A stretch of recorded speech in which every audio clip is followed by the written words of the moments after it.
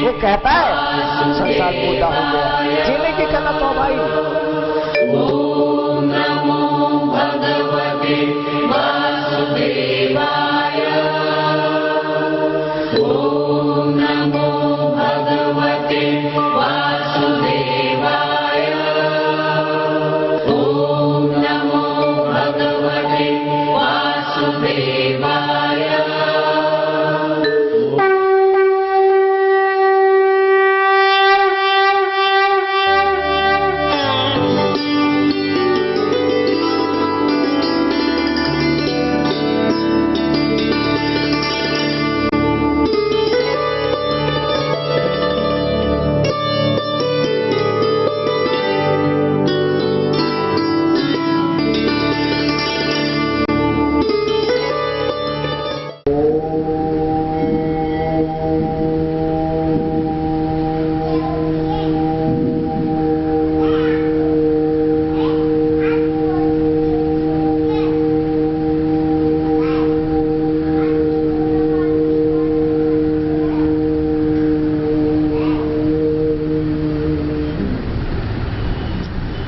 भगवान का नाम नहीं है।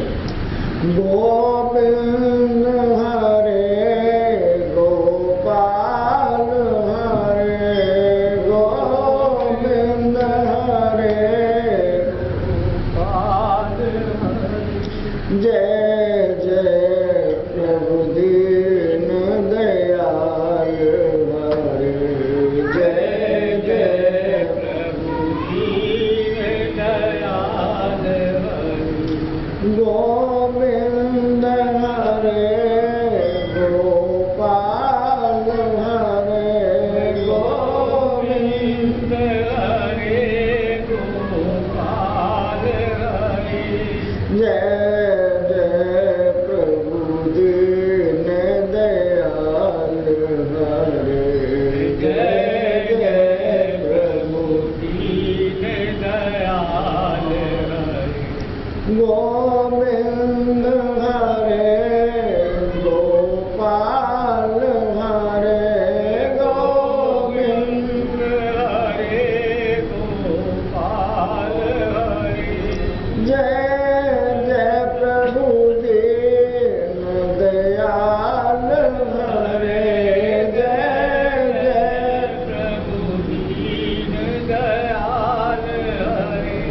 गोविंद हरे गोपाल हरे गोविंद हरे गोपाल हरे। जय जय प्रभु दीन दयाल हरे। जय जय प्रभु दीन दयाल हरे। बोलो सच्चिदानंद भगवान की जय। आनंद कंद भगवान की जय। अपने अपने गुरुदेव भगवान की जय। देखो राम की चर्चा करते हैं। ये राम तो है, जो जगत दिखाई देता है वो नहीं है, लेकिन देखने में जगत तो दिखता है और राम नहीं दिखता है। जो दिखने वाला है हम उसको सत्य मान बैठे हैं। ये हमारे दुख का कारण बन गया है कि जो हम हैं वो भी शरीरधारी है और जो हमें सब कुछ दिखता है वो भी शरीरधारी है। लेकिन इस शरीरधारी को या शरीरों को चलाने वाला कोई और है, जिसकी सत्ता से ये शरीर चलते हैं, दुनियादारी का सारा कारोबार करते हैं। शरीर नहीं कर सकता है। शरीर अपने आप में जड़ है। जो जड़ है वो दिखता है और जिसकी वजह से जड़ चलता उठता बैठता खाता पीता सब कुछ करता है वो नहीं दिखता है। और संत अपना तजुर्बा बतलाते हैं कि शरीर में जिसकी सत्ता है हमें सिर्फ उसको जानना है, यानी शरीर में नहीं। शरीर मेरा घर है, शरीर मिला हुआ है, परमात्मा पहले से ही, जो पहले से है और कल शरीर नहीं रहेगा, मुझे उसको जानना चाहिए।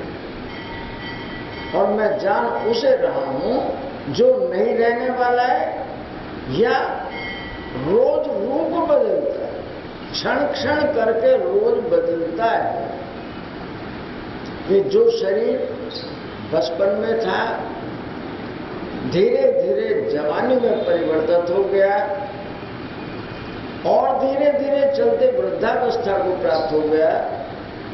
अब वो जीर्ण हो गए, मानो आंखें देख नहीं सकती हैं, कान सुन नहीं सकते हैं, जिह्वा बोलती है, लेकिन दांत ना होने की वजह से वो भी शुद्ध नहीं बोल रहे।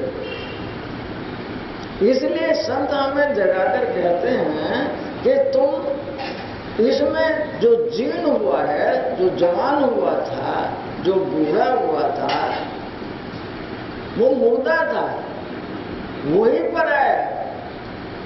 जो जानना चाहिए था वो आज भी ऐसा ही है जैसा वो जब जन्मा था, तब भी उसमें चेतन सत्ता उतनी ही थी। आज शरीर छूटकर जाएगा तो चेतन सत्ता या परमात्मा उसमें आज भी उतना ही है, उसमें कोई परिवर्तन नहीं होता। तो जिसमें परिवर्तन नहीं होता है उसको सत्य कहते हैं, और जो परिवर्तनशील है, रोज बदलता है, उसको झूठ कहते हैं। तो मुझे झूठ से परहेज करना चाहिए। जानने के लिए जितना भी मुझे ज्यादा से ज्यादा प्रयास है वो करना चाहिए, लेकिन हो उल्टा गया है। ये हरि की इच्छा है कि जो सत्य है मैं उससे किनारा करता हूं। कितना किनारा करता हूं कि जब यहां विश्राम का समय होता है, अर्थात कथा का समापन का समय होता है, तो हाल में 40-50 स्त्री पुरुष दिखाई देते हैं। और जब शुरू होता है, मानो उस परमात्मा की जरूरत नहीं है किसी को। तो शुरू होता है तो हाल खाली होता है। भाई जिसे जिज्ञासा होती है, जिसे भूख होती है, वो भोजन के इर्द गिर्द मंडराता है। तो भोजन कब शुरू होगा, हम भी प्रसाद पाएंगे। यानी जिज्ञासु जिसे कहते हैं, वो तिल तिल करके उस राम की तलाश करता है। वो मिलेगा कैसे, वो कैसे जाना जाएगा। और एक व्यक्ति होता है, मिलेगा तब ठीक है, ना मिले तब ठीक है। किसको मिला है अब तक? तो जिसको भूख नहीं है उसे नहीं मिलता है। अर्थात दिन भी आराम से बीत जाता है, रात भी बीत जाती है, हमें राम की जरूरत है कहाँ? जब भीड़ पड़ती है, जब दर्द आता है, जब घर में कलेश आता है, जब ऐसे व्यवधान आते हैं जिनका इस दुनियादारी में कोई उपचार नहीं होता है, तब मुझे अपना परमात्मा याद आता है। और परमात्मा के ढूंढने के लिए मैं एक जगह पर नहीं, अनेक तीर्थों में जाता हूं, अनेक संतों के पैर छूता हूं। और मैं चाहता हूं, मानो ये मुझे ऐसा आशीर्वाद दें, मेरा संकट कट जाए, मेरे ऊपर जो आई हुई व्याधि है वो टल जाए। व्याधि अगर टल गई तो मैं सबसे पहले उस परमात्मा को भूलता हूं। क्यों?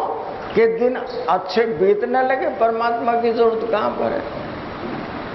और परमात्मा कहता है जो दुख और सुख में, लाभ और हानि में, और जितने भी चिंता दर्द कलेश आते हैं, उसमें मुझे समान भाव से भसता है, उससे मैं कभी ओझल होऊंगा ही नहीं। मानो मैं हमेशा उसके इर्द गिर्द रहता हूं।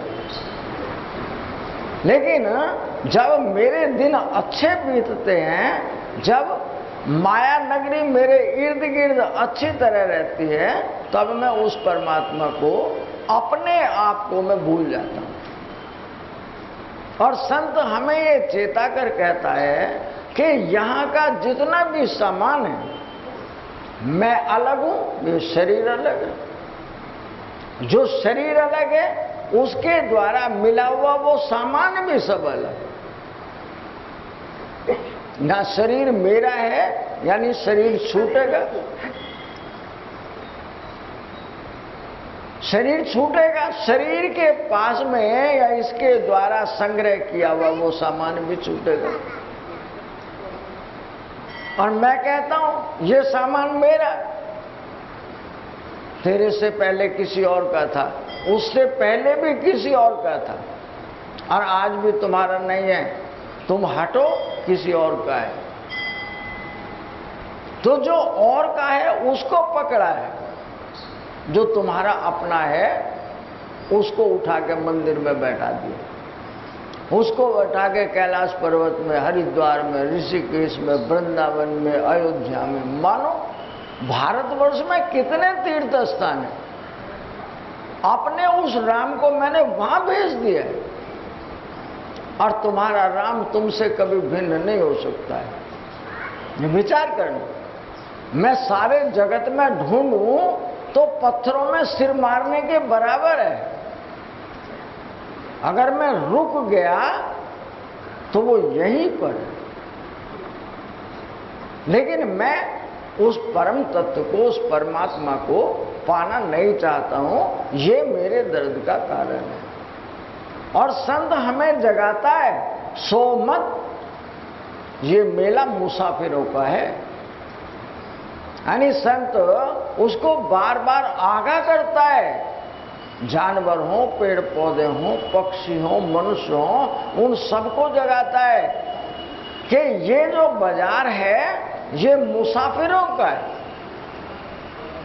और जो मुसाफिर होते हैं वो कुछ समय ठहरते हैं और चले जाते हैं। तो जो जाने वाले हैं वो एक पहचान छोड़कर गए। यानी संत उसको बार बार आगाह करता है, जानवर हो, पेड़ पौधे हो, पक्षी हो, मनुष्य हो, उन सबको जगाता है कि ये जो बाजार है ये मुसाफिरों का है, और जो मुसाफिर होते हैं वो कुछ समय ठहरते हैं और चले जाते हैं। परमात्मा तो अंतर्यामी, और पार ब्रह्म परमेश्वर, यानी सृष्टि के पार जहां तक भी नजर आती है तुम वही परम पिता परमात्मा हो। यानी तुम पूर्ण परमात्मा, तुम अंतर्यामी पार ब्रह्म परमेश्वर, यानी सृष्टि के रचेता, तुम पूर्ण ब्रह्मवेता, सब में मौजूद। मैं आरती गाता हूं, लेकिन उसमें मुझे जो शब्द बोलता हूं उनका मुझे पता नहीं मैं क्या कह रहा हूं। अगर मैं ये समझकर उस आरती को बोलूं कि जो मैं बोल रहा हूं वो बिल्कुल सत्य है, तो बाहर ढूंढने की जरूरत कहां है? विचार करो। जब मैं बोल रहा हूं कि तुम अंतर्यामी, अर्थात इस सारी सृष्टि के बाहर भीतर तुम ही हो, तो मेरे से भी तो अलग नहीं हो सकता है, मुझे उसे बाहर ढूंढने की जरूरत कहां है? गोवर्धन की परिक्रमा करते हैं, पैर सूज जाते हैं, 2 दिन तक नींद उड़ जाती है। यहां से लेकर हरिद्वार ऋषिकेश तक लोग जाते हैं पैदल, वहां से गंगा जल लाते हैं, और लाते लाते कईयों के तो पैर ऐसे हो गए कि मुझे पिछले साल पता चला, मैं एक घर में भोजन के लिए गया तो उस बच्चे ने कभी जूते उतारे ही नहीं थे। अब वहां से उसे कह दिया नंगे पैरों जाकर यात्रा लगती है, नंगे पैरों यहां से कांवड़ लेकर चलना पड़ता है, उसके जूते उतरवा दिए। और वो यहां से तुम्हारे बरेली तक मानो नंगे पैरों आया। भीड़ थी, मनोरंजन था, जय भोले की, जय भोले की, चलते गए। और जय भोले उस मंदिर तक ले आए।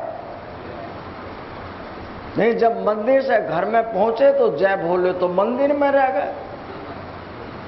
अब हम अकेले जब घर गए तो पैर ये मोटे मोटे और तलवे सूज गए। 2 महीने तक चारपाई पे पड़े रहे, दवाई भी खाई, जब भी आराम नहीं मिला। यानी पैरों से चलते तो पैर दर्द करते थे। डॉक्टर के पास गए कि इनके तलवों में मवाद बन गई। क्या करोगे? कि इनके तलवे नीचे से 1-1 इंच छीलने पड़ेंगे। आप विचार करके देख लो कि उस बालक के आधा इंची से ज्यादा तलवे सारे उस डॉक्टर ने छीले और 3-4 महीने तक मरहम पट्टी की। बरेली का था, यहीं का। उसके बाद भी उसके पैर जूतों में रहते हुए पूरा वजन नहीं ले रहे थे। क्यों? कि मैंने उस परमात्मा को उस तीर्थ यात्रा में छोड़ दिया। मैं भोले को, अरे भोले नहीं तो गंगा निकाली थी, भोला लेके आ रहा था। तो उसके जानने के ऐसे अनेकों रास्ते हम ढूंढ रहे हैं। इन रास्तों को पाने से हम मर तो सकते हैं, पर परमात्मा से नहीं मिल सकते। अब परमात्मा को मिलने के लिए वो संत कहता है, मोको कहाँ ढूंढे बंदे, मैं तो तेरे पास में। ना मैं मस्जिद ना मैं मंदिर, ना काबे कैलाश में। ना मैं मंदिर ना मैं मस्जिद, ना काबे कैलाश में। मुझको कहाँ ढूंढे बंदे, मैं तो तेरे पास में। यानी संत अपना तजुर्बा बतला रहा है। ये मंदिर में जाओ, ये मेरी आस्था है, मेरी श्रद्धा है। मंदिर में जाने से जैसे ही कदम मंदिर में पड़ता है, मेरे भाव बदल जाते हैं, मेरी आस्था और मेरी श्रद्धा प्रबल हो जाती है। मंदिर में जाना अपनी आस्था, श्रद्धा या विश्वास को प्रबल करना बुरा नहीं था, लेकिन तुमने इसी को भजन समझ लिया। हमने भगवान का भजन कर लिया, क्या करा कि सवेरे भगवान जी को 1 लोटा जल पिलाया है, उन्हें नहला दिया हमने, बस हो गई हमारी पूजा। अरे तुम तो सुबह से शाम तक खाने का, पीने का, पहनने का, सारी दुनिया का कारोबार करते हो। अब भगवान जी का 1 मिनट भी नहीं लगी, उनका श्रृंगार हो गया। तो संत कहता है, मैं मंदिर मस्जिद में नहीं, तेरे अंदर में हूं। और कैसा अंदर में हूं? कि जितना बड़ा ये मंदिर है ना, मैं सारी दुनिया का मंदिर हूं। मानी मेरे से बड़ा मंदिर इस सृष्टि में नहीं हो सकता है।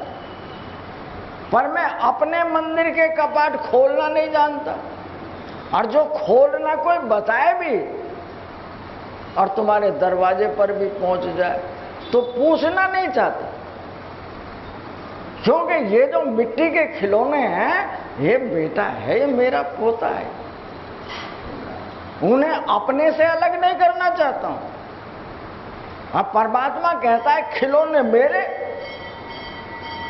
एक दिन तुम्हें छोड़ने पड़ेंगे, तुम्हारे नहीं है। परमात्मा कहता है, जितने तुम मेरे कहते हो उससे कितने ही ज्यादा ये मेरे हैं। श्वास मेरी है, जल मेरा पी रहे हैं, आकाश जो इसके अंदर पूरा का पूरा उत्पुरोत है वो मेरा है, ये मिट्टी का बुत चलने फिरने वाला मेरा है, तुम कहते हो मेरा है। ये अज्ञानता है। और संत हमें समय समय पर जैसी हमारी चाह है उसके अनुरूप बताने आते हैं, जगाने आते हैं। ये संसार तुम्हारा नहीं है, तुम्हारे जैसे यहां पर बहुत आए थे, और आने वाले हमें यही कहकर चलते रहे, राम नाम सत्य है, जो सत्य बोलो तो गत है। नहीं, राम नाम सत्य केवल मुर्दे को घर से लेके शमशान तक जाने पर है। जब वापस आते हैं तो उस सत्य को वहीं छोड़ जाते हैं। वे कहते हैं झूठ ही सत्य है। यानी हमने जब तक गए तब ये समझ रहे ये दिन सबको आएगा, बस राम ही सत्य है, यहां बचा कोई नहीं, जाएंगे सब। तो जब तो नजर आता है, और जब उसको वहां छोड़ दिया तो कह रहे दुनियादारी तो चलेगी नहीं, चलानी पड़ती है।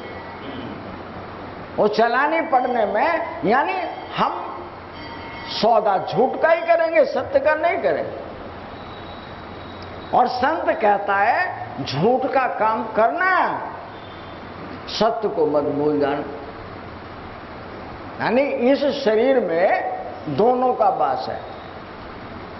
जो असत्य है उसको कहते हैं रावण, और जो सत्य है उसे कहते हैं धर्म। जो धर्म के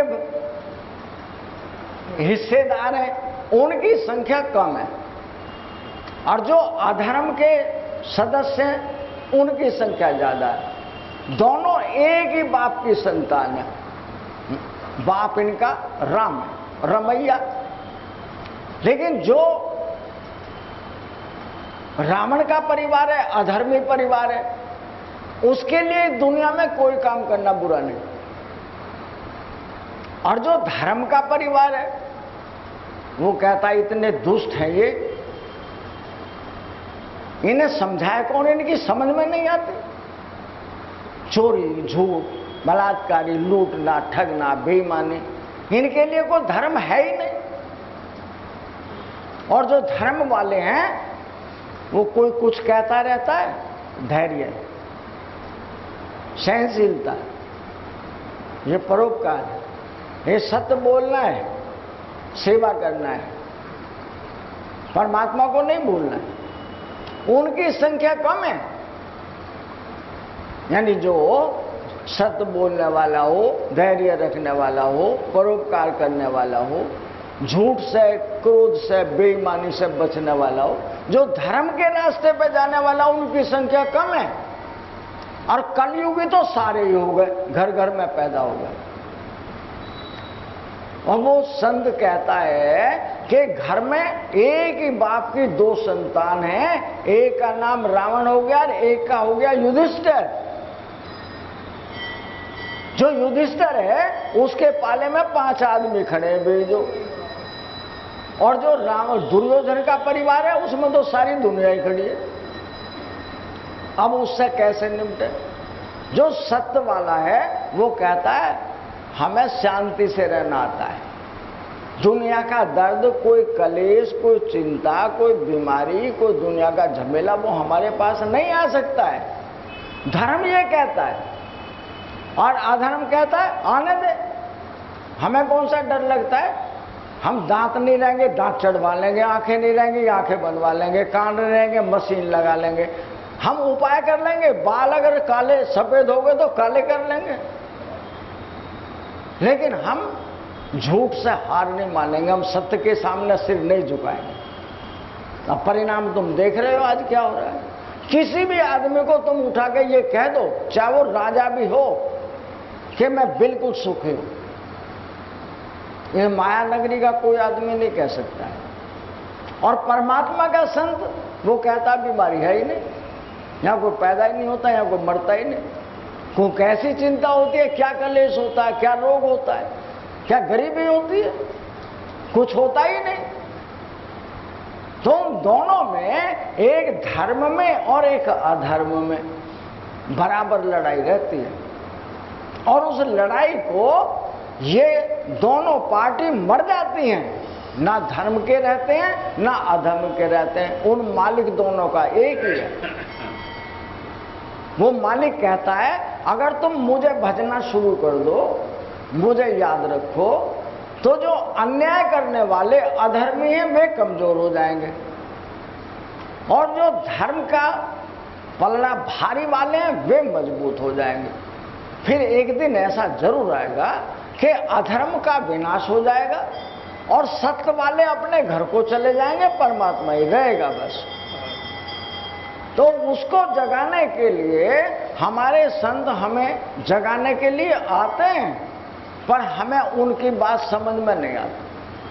क्यों? मैं एक बात जो कहते हैं ना कि यहां तुम्हारा कुछ नहीं है, यही गलत बात है।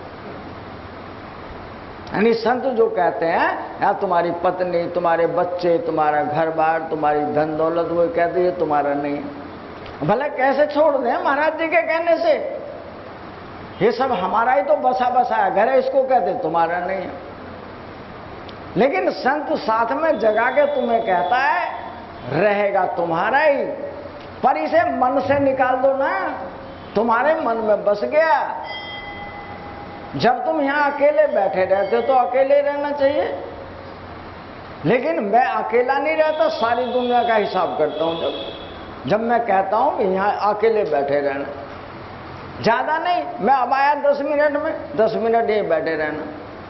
और जब मैं आकर पूछता हूं तुम यहां तो थे नहीं, फिर जब से बैठा तो हूं मैं। अरे हिसाब सारी दुनिया का, कभी सड़क पे पहुंच गए, कभी अपने घर में पहुंच गए, कभी किसी का हिसाब के, तुम यहां थे ही नहीं।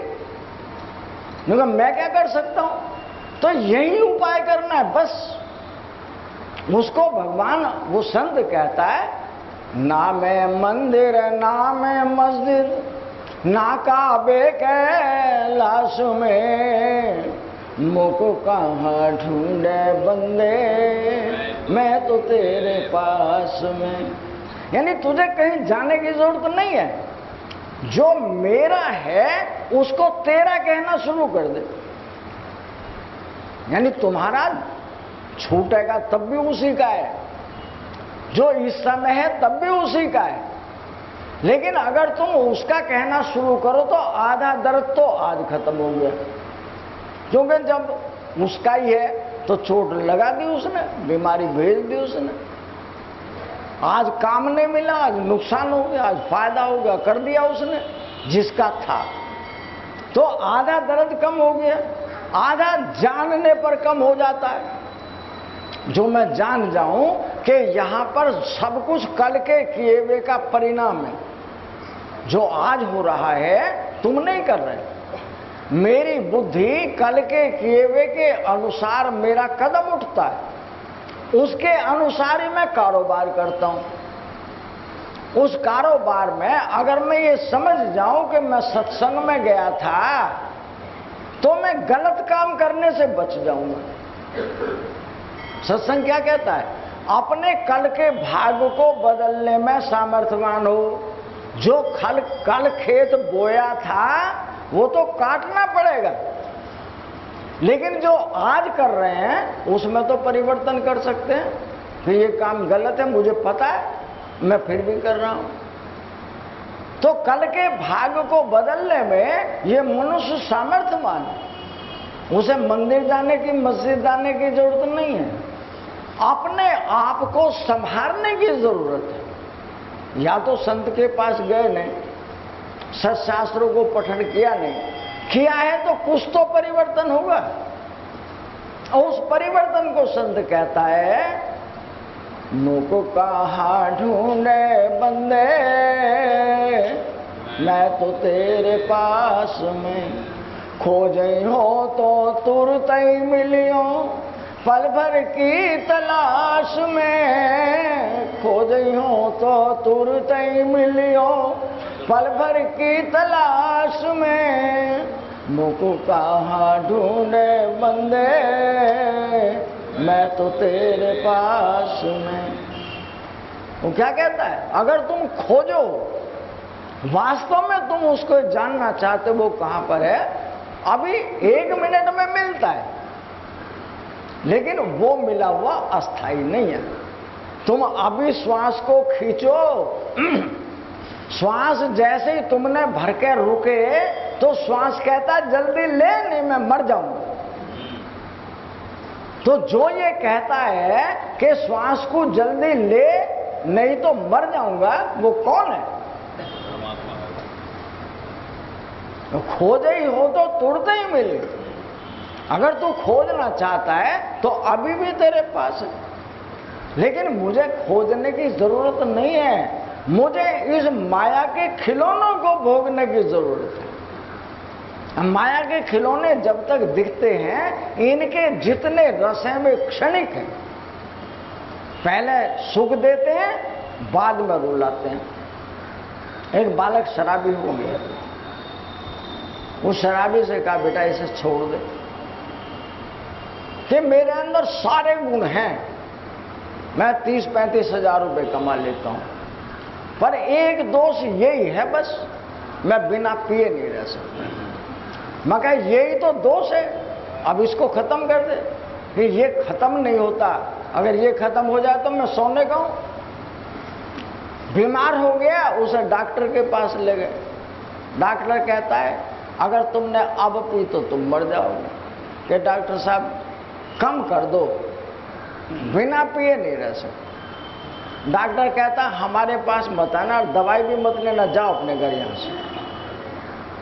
है डॉक्टर ने दवाई दी, 1 महीने उसने नहीं पी, लेकिन वो जिस नगरी में रहता था वो उसका यार फिर बुला कर ले गए, उनने फिर जा पी मंगा।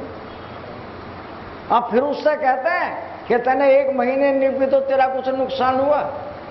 जब तो बच गया, अब नहीं बचेगा, क्योंकि वो छोड़ना नहीं चाहता है। जो माया के खिलौने कैसे हैं, वो छोटा ऐसा रस देते हैं कि तुम उससे चिपके हुए हो। अब तुम कह रहे हो शराब तुम पी रहे हो, शराब तुम्हें पी रही है। विचार करके देखना, बीड़ी पीने वाला हो, तंबाकू खाने वाला, शराब पीने वाला, स्त्री के पीछे जाने वाला, धन के पीछे, चोरी डकैती झूठ मिलावट के पीछे जाने वाला, वो कहता है मैं कर रहा हूं, तुम नहीं।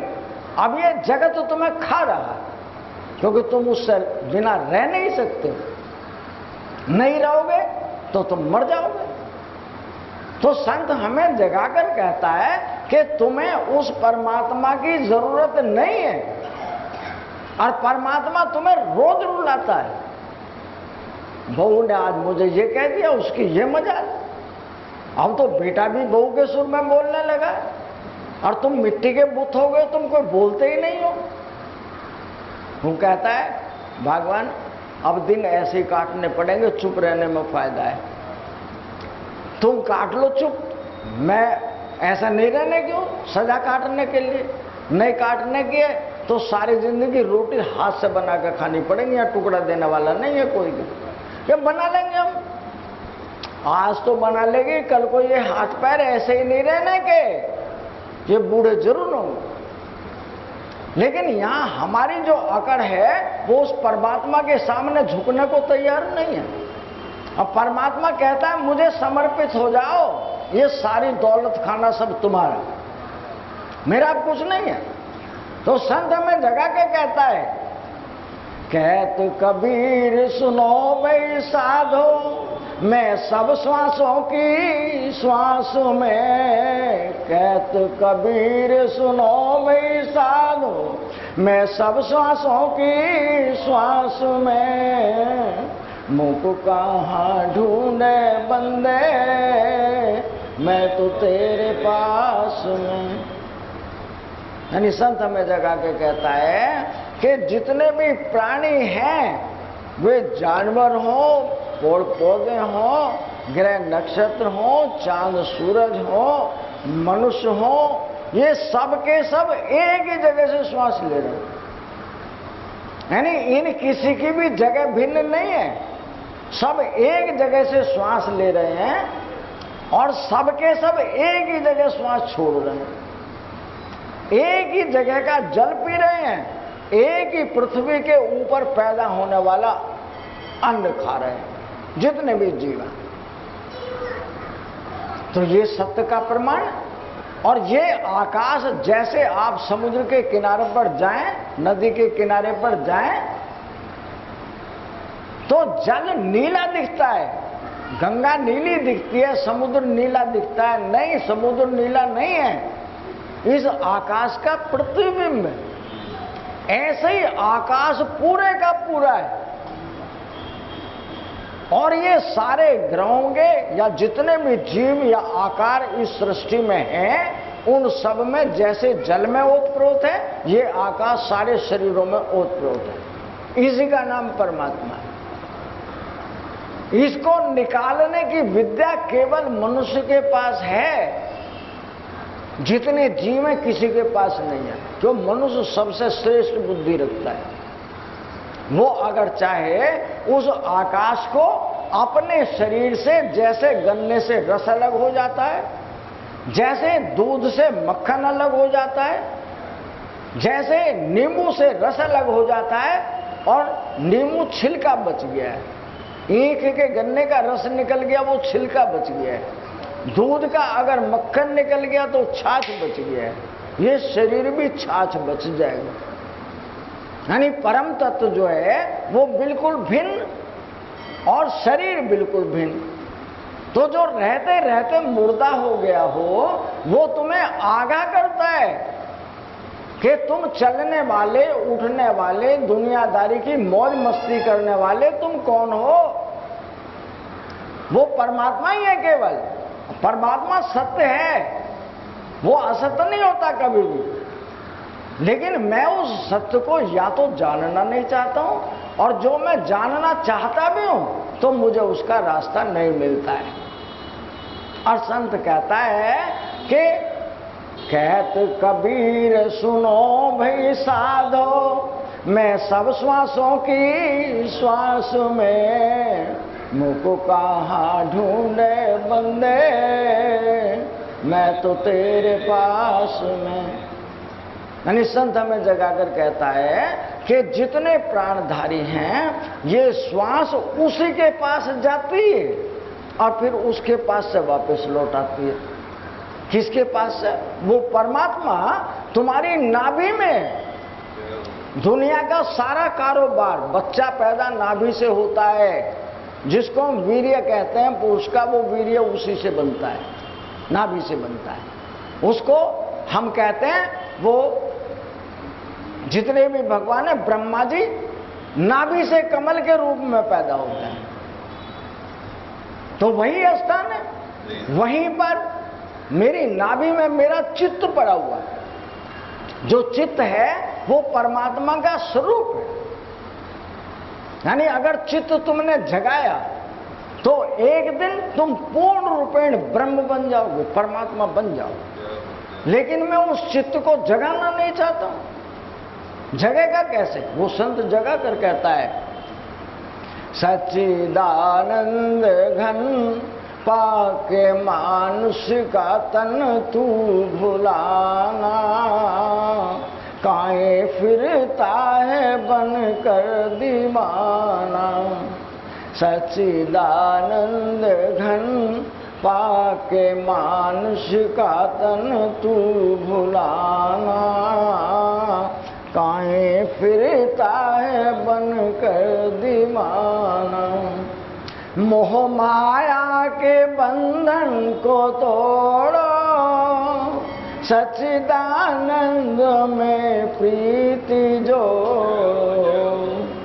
मोह माया के बंधन को तोड़ो, सच्चिदानंद में प्रीति जोड़ो। झूठा संसार है, माया बाजार है, सब जहाना, काहे फिरता है बन कर दीवाना। झूठा संसार है, माया बाजार है, सब जहाना, काहे फिरता है बन कर दीवाना। यानी घर किसका? सच्चिदानंद। सत्य है चित्त और आनंद स्वरूप है। आनंद स्वरूप का मतलब है, टीवी का जो पिक्चर है वो 3 घंटे तक अच्छी लगती है, 4 घंटे तक अच्छी लग जाएगी, लेकिन 24 घंटे आप टीवी पे नहीं देख सकते। और परमात्मा अगर जग जाए तो जितने टाइम तुमने काम किया काम के पास, और जब खाली हुए तो परमात्मा के पास। वो आनंद स्वरूप है, यानी वही सत्य है, बाकी सारा कुछ झूठ है। तो झूठ को कहता है मोह माया, यानी तुम्हें जो मोह हुआ है, तुम्हें जो मेरे का बीज अंकुरित हुआ है अंदर से कि ये मेरा है, माया है। माया का मतलब है इसके अंदर रहने वाला कोई और है, और जो तुम्हें दिख रहा है ऊपर वो कोई और है। जो अंदर है उसको जान जाओ, बाहर वाले को पकड़ने की जरूरत नहीं है। तो जब तक मैं बाहर वाले को पकड़ता हूं, इसको मोह कहते हैं। मेरा बेटा हो, बहन हो, बेटी हो, पत्नी हो, ये मोह के कारण मेरे। लेकिन विचार करके देखो, जब ये सोते हैं सबके सब अलग अलग नींद सो रहे हैं, और तुम्हारे हो तो नींद तुम्हारे पास ही होनी चाहिए। तुम उनके हिस्से का सो जाओ, वो तुम्हारे हिस्से का सो जाए। पत्नी बीमार हो गई, वो कहती है मेरे तो शरीर में दर्द हो गया, और तुम कि भाई दवाई तो दिलवा रहे हैं। कि दवाई नहीं, इस रोग को आधे को बांट लो तुम। वो कहता है मुझे बांटना नहीं आता, मैं बांट भी सकता हूं। तो संत ये कहता है यहां जिसने जो जो कुछ किया था अपने लिए किया था। वो दर्द जिसने बोया था उसी को काटना पड़ता है। अब तो तुम अकेले आधा काम करती थी, आधा मैं करता था। अब अपने हिस्से का भी करूं, तुम्हारे हिस्से का भी करूं। तुम रोटी भी मांगोगी, दवाई भी मांगोगी, वो सब भी दूंगा तुमको। भाई संत ये कहता फिर तुम्हारा है कहां? है सोए अपनी नींद, खाया अपने हिस्से का, दवाई अपने हिस्से की, और जो अच्छे बुरे काम करे सब अपने अलग अलग। भुगतोगा कौन उसको? तो हम अलग अलग हैं, लेकिन मोह के कारण वो मेरा और मैं उसका, ये दर्द का कारण है। एक व्यक्ति एक मित्र को लेकर जंगल में चला गया। उनने सोचा दो हैं, आराम से बीत जाएगी, कोई दिक्कत नहीं। लेकिन दोनों के दोनों अपने आप में परमात्मा के थोड़े भक्त थे। अब दोनों के दोनों, एक किसी की मोटरसाइकिल पर बैठ गया, एक किसी की मोटरसाइकिल पर बैठ गया। पीछे से कोई गाड़ी वाला आया, वो पीने वाला होगा, उसने एक मोटरसाइकिल वाले को चोट मारी। तो जो चोट लगी वो ड्राइवर का तो कुछ नहीं बिगड़ा, जो पीछे बैठने वाला था उसकी टांग कट गई। वो सड़क पे गिरा और टांग। तो अपने साथी से कह रहा मेरी टांग तो वो ले गया, अब मेरी टांग दे। न कौन ले गया? वो गाड़ी वाला जो टक्कर मार गया, मेरी टांग ले गया, टांग कट गई। अब बता क्या करूं मैं? कह रहा है यार हमें तो इतने मंजिल पे जाना था, इतनी दूर, कि तुम मंजिल की बात कह रहा है, मेरे पे तो चला ही नहीं जाने का, अब मैं कैसे जाऊं? तो यहां जिसको भी मैं अपना कहता हूं वो मेरी मंजिल को निभाएगा। परमात्मा रास्ते में उसकी मंजिल को छीन लेता है न। क्यों? वो कहता तू अकेला ही था, अकेला ही आया था यहां, और आज भी अकेला रहेगा तो तेरा कल्याण होगा। और तैने किसी को भी पकड़ के रखा तो तेरे दर्द का कारण है वो, तुम मुक्त नहीं हो सकते। तो संत को कहता है कि तू संत अगर धन को पकड़ के रखता है, परिवार, आश्रम, मंदिर या और किसी चीज को भी पकड़ के रखता है, तो मेरे पास कहाँ आना चाहता है? मेरे पास नहीं आना चाहता। मेरे पास आने वाला क्या कहता है? मोह माया के बंधन को तोड़ो, सच्चिदानंद में प्रीति जोड़ो। यानी माया अनेकों रूप वाली है और मैं बिना रूप वाला हूं। और तैने किसी को भी पकड़ के रखा तो तेरे दर्द का कारण है वो, तुम मुक्त नहीं हो सकते। तो संत को कहता है कि तू संत अगर धन को पकड़ के रखता है, परिवार, आश्रम, मंदिर या और किसी चीज को भी पकड़ के रखता है, तो मेरे पास कहाँ आना चाहता है? मेरे पास नहीं आना चाहता। मेरे पास आने वाला क्या कहता है? मोह माया के बंधन को तोड़ो, सच्चिदानंद में प्रीति जोड़ो। यानी माया अनेकों रूप वाली है और मैं बिना रूप वाला हूं। जो माया है वो दिखती है और जो सत्य है वो दिखता नहीं है, वो अंतर्यामी है। तो उस अंतर्यामी को मैं कैसे जानूं? तो संत हमें जगाकर कहता है कि जितने भी चलने उठने बैठने वाले हैं, मैं ही तो चल रहा हूं, ये चल सकते हैं क्या? ये सबके सब मुर्दा हैं। मेरी सत्ता से बोल रहे हैं, मेरी सत्ता से सुन रहे हैं, देख रहे हैं, चल रहे हैं और दुनियादारी की सारी मौज मस्ती कर रहे हैं। मैं नहीं दिखता है ना।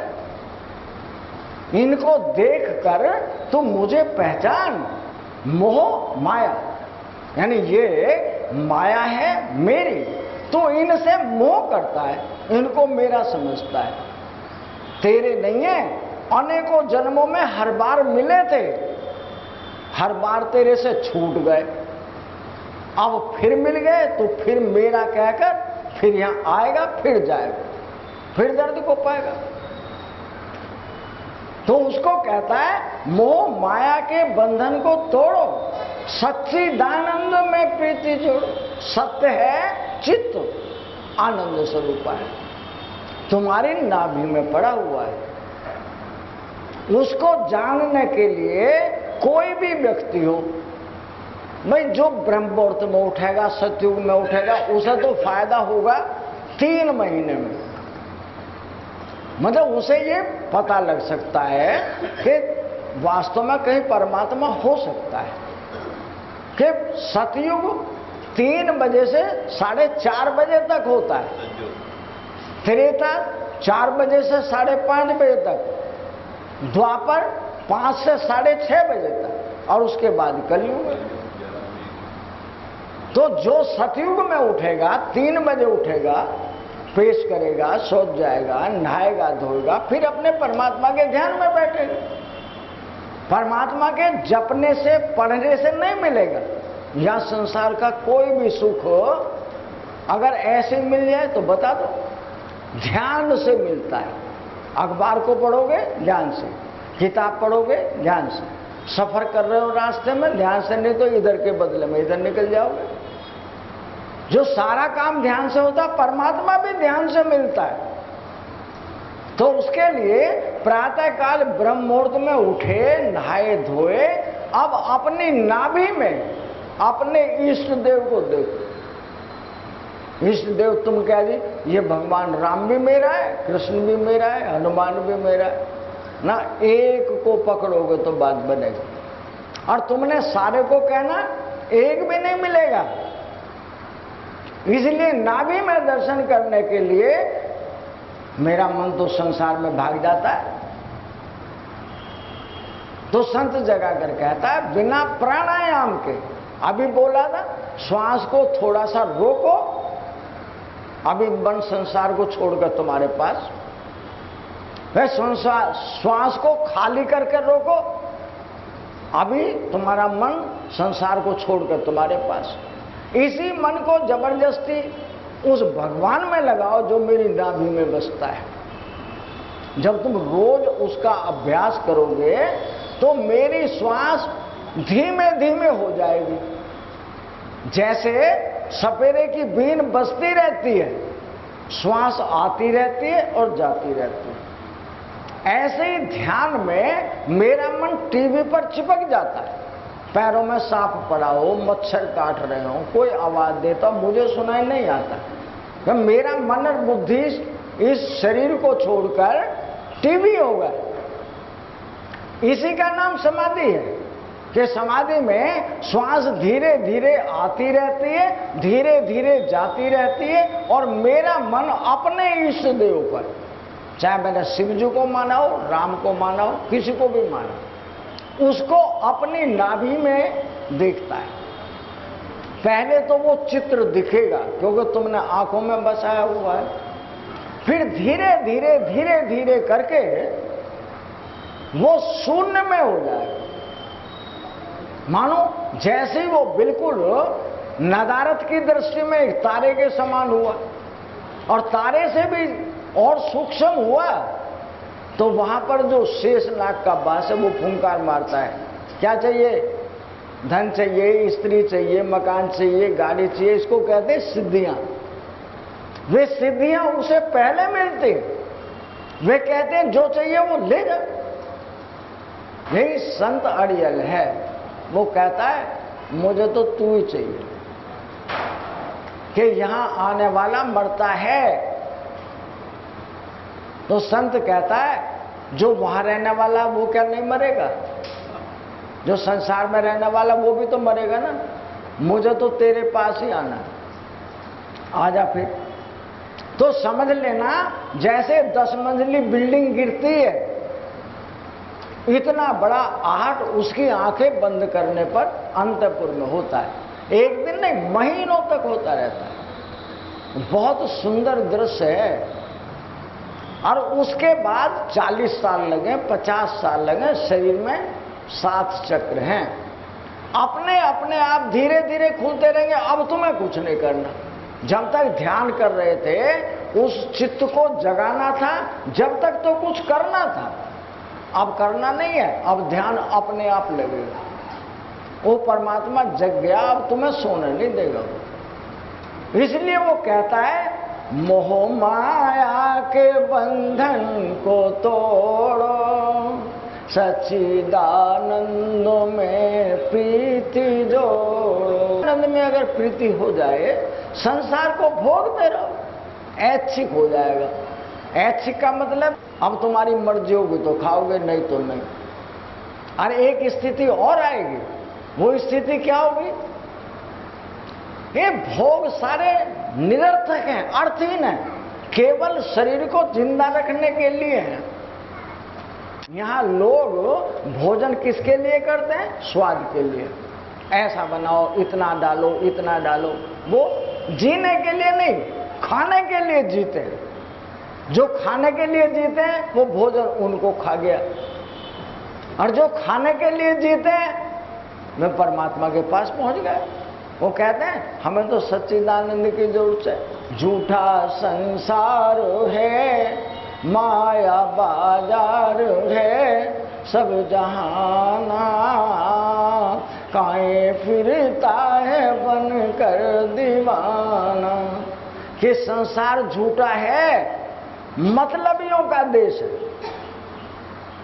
मेरे बालक परिवार के, घर के, बाहर के जब तक मेरे पैर छूते हैं, जब तक मैं उनकी जरूरतों को पूरा करने लायक हूं, और कल को मैं पूरी करने लायक नहीं रहा, चारपाई में पहुंच जाऊं, तो देखने भी नहीं आने का कोई। सही बात है। एक दिन तो आएंगे भाई, उसका एक्सीडेंट हो गया, चलो देखिए। अपना काम कौन छोड़ना, वो तो मरेगा ही, हम थोड़ी मर जाए उसके साथ। इसलिए यहां सब लोग मतलबी हैं। झूठा संसार है, माया बाजार है। माया कैसा है? यही है रावण का राज्य। यहां कोई भी बुरे से बुरा काम करना अपराधी नहीं है, कोई भी करिया है। सब कोई कहते हैं बहुत बुरा हुआ, लेकिन जो मेरे ऊपर पड़ने लगे तो मैं भी वही करूंगा जो सब कर रहे हैं। और जो कहते हैं भाई ये तुमने अच्छा नहीं किया, सारी दुनिया कर रही थी, मैंने वही तो किया है, मैंने कोई गलत नहीं किया। बचने का उपाय नहीं करते, अपने आप को बांधने का उपाय करते हैं। और संत कहता है इस बंधन से मुक्त होने का मात्र एक रास्ता है, वो परमात्मा तुम्हारा अपना है। और ये जगत हर जन्म में तुम्हें मिला था, हर योनि में मिला था, लेकिन ये जगत हर बार छूटा था। अब मनुष्य मिले और फिर संत रास्ता बताने वाला मिले, और बताने वाला कहता है रास्ते पर जाना जरा संभल के। यहां बहुत लोग आए थे, सब फिसल गए, लेकिन तुम फिसलना नहीं, संसार को देखते रहना, मुझे भी देखते रहना। संसार के जितने कारोबार हैं, कोई परमात्मा के सामने गया, भगवान नौकरी दे, कोई कहे गाड़ी दे, कोई कहे मकान दे, कोई कहे बालक दे, भगवान कहता सब ले ले, सबकी मनोकामना पूरी करता है। वो कहता है सबका दाता जगदीश्वर है, पूरी होती सबके मन की। सबका दाता जगदीश्वर है, पूरी होती सबके मन की। तू पथिक भिखारी ऐसा बन जो प्रभु से प्रभु को ही मांग सके। वे वीर विवेकी मानव हैं जो मोह नींद से जाग सके। उनके ही दुख मिटेंगे जो नित कृत दोषों को त्याग सके। संत कहता है जो सामान तुम मांगते हो उस परमात्मा से वो यही रहेगा। परमात्मा से तुमने वो मांगा ही नहीं जो तुम्हारे काम आएगा। अरे उससे ये कहो ये सामान तो यहाँ का, ये तो तुझे देना ही पड़ेगा, तेरी मजबूरी है। जो मैं करके आया हूं उसका फल तो देगा, उसमें तो कमी करेगा नहीं। और मेरे मन में विचार भी वही आते हैं जो कल करके आया था कि हे प्रभु मुझे धन दे। कहाँ दे रहा हूं, आ रहा है धन, और थोड़े दिन ठहर जाए। लेकिन आएगा तो जाएगा जरूर, जाएगा तो दर्द देगा। तो प्रभु के पास जाओ तो प्रभु से कहो हे प्रभु अब तो तुम हमारे पास आ जाओ। यानी हमने सारे जगत को देखा, यहाँ सारे लोग मतलब ही थे, लेकिन तुम एक ऐसे हो जो जब सब सहारे छूट जाते हैं तो तुम उनकी मदद करने के लिए आते हो। अब तो हमारा वृद्धावस्था का समय, 50 साल से ऊपर की समय, प्रभु ये सारा कारोबार करते रहना, पर तुम हमारे दरवाजे आ जाना। यानी तुम केवल मेरे हो, ये सारा जगत पराया है। इसलिए वो संत हमें जगाकर चेताता है कि भगवान से सब कुछ मांगोगे वो तो देगा ही, उसकी मजबूरी है देना। जो मैंने कर्म किया है उसका फल उसके अधीन है, वो देगा। लेकिन तुम परमात्मा से परमात्मा को नहीं मांगते हो। जब परमात्मा अगर आ गया तो सारी दुनिया की दौलत ही मुझे मिल गई, मुझे संसार का बादशाह बना दिया। मुझे, मैं भूल गया अपने आप को, ये मेरी गलती थी। 2 मिनट भगवान का नाम लेंगे। गोविंदा गोपाला गोविंदा गोपाला, मेरा मुरली मनोहर नंद लाला, मेरा मुरली मनोहर नंद लाला। गोविंदा गोपाला गोविंदा गोपाला, मेरा मुरली मनोहर नंद लाला, मेरा मुरली मनोहर नंद लाला।